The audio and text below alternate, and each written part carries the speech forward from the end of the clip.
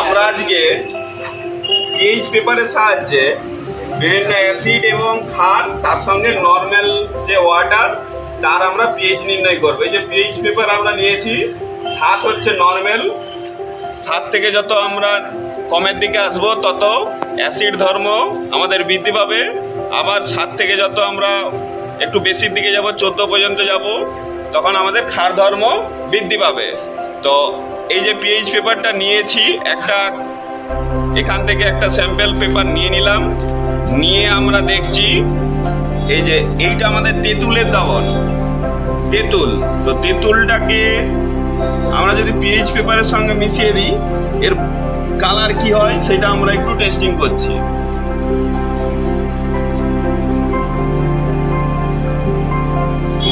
তাহলে পিএইচের যে বর্ণগুলো আছে কার সঙ্গে কত নম্বরের সঙ্গে মিলছে,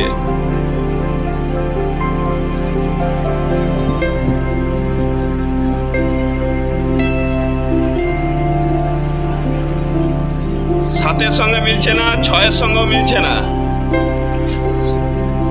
5-এর সঙ্গে মিলছে না, অর্থাৎ 3-এর কাছাকাছি আছে। দেখো তাহলে তেঁতুলের পিএইচ প্রায় 3। তাহলে এইভাবে আমরা বুঝতে পারছি তেঁতুলটা অ্যাসিডের দিকে রয়েছে। আচ্ছা, এটা তেঁতুল নিয়ে করলাম। এরপরে আমরা আরেকটা পেজ ছেড়েছি। তেঁতুলের পরে আমরা আম নেব। আমের একটু স্কোয়াশে আমরা এই পিএইচ পেপারটা আবার ডোবালাম। এর কালারটা কি দাঁড়াচ্ছে সেটা আমরা দেখব।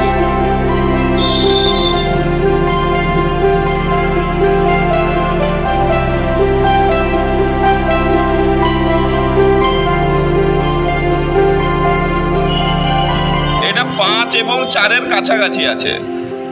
যেহেতু এখানে 4 নেই, অর্থাৎ আমরা দেখতে পাচ্ছি 5 এবং 3-এর কাছাকাছি আছে।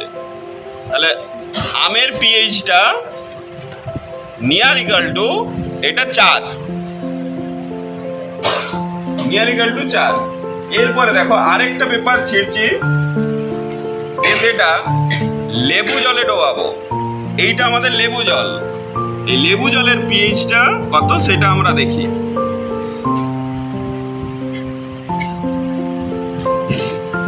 বা এর কালারটা কিন্তু খুব ভালো এসেছে। এটা আমরা দেখতে পাচ্ছি লেবুটা প্রায় 3-এর কাছাকাছি আছে।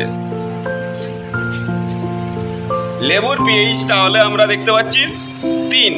তাহলে এটা অ্যাসিড ধর্মটা অনেকটাই বেড়েছে।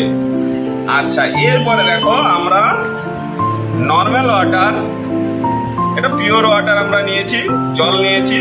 সেই জলের পিএইচটা আমরা টেস্টিং করব।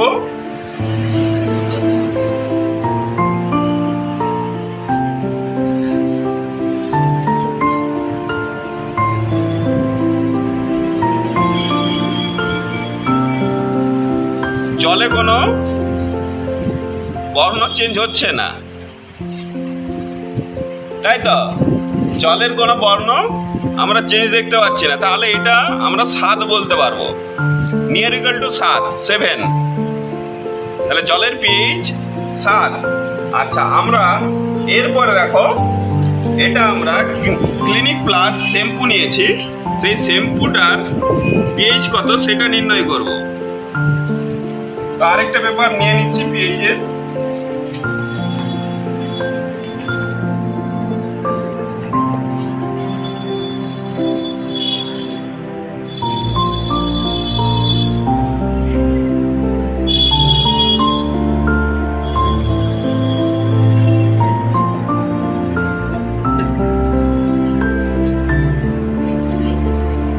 এই ক্লিনিক প্লাস শ্যাম্পুটা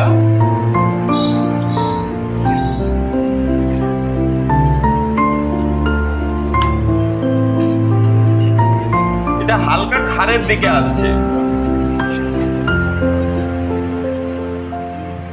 হালকা একটু চেঞ্জ হয়েছে কালারটা।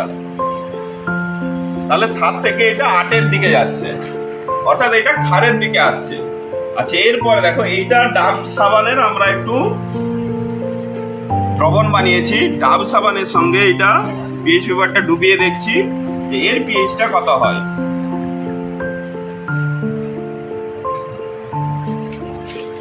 ডাব সাবানও কিন্তু পরিবর্তন খুব একটা লক্ষ্য করতে পারছি না, তার মানে এটার পিএইচ প্রায় 7-এর কাছাকাছি রয়েছে।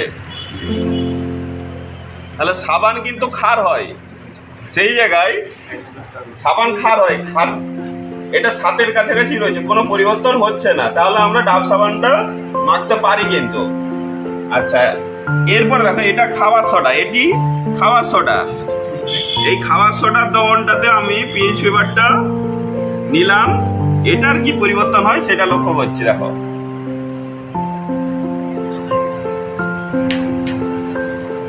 খাবার সোডাও সামান্য পরিবর্তন হয়েছে, যেহেতু এটা খাবার সোডা আমরা খাই তাই এর কোনো পরিবর্তন খুব একটা হচ্ছে না, তাহলে এটা খাওয়া চলবে। কিন্তু বেশি খাবার সোডা খাওয়া চলবে না, কারণ বেশি খাবার সোডা খেলে আমাদের শরীরে ক্ষতি হতে পারে। ঠিক আছে,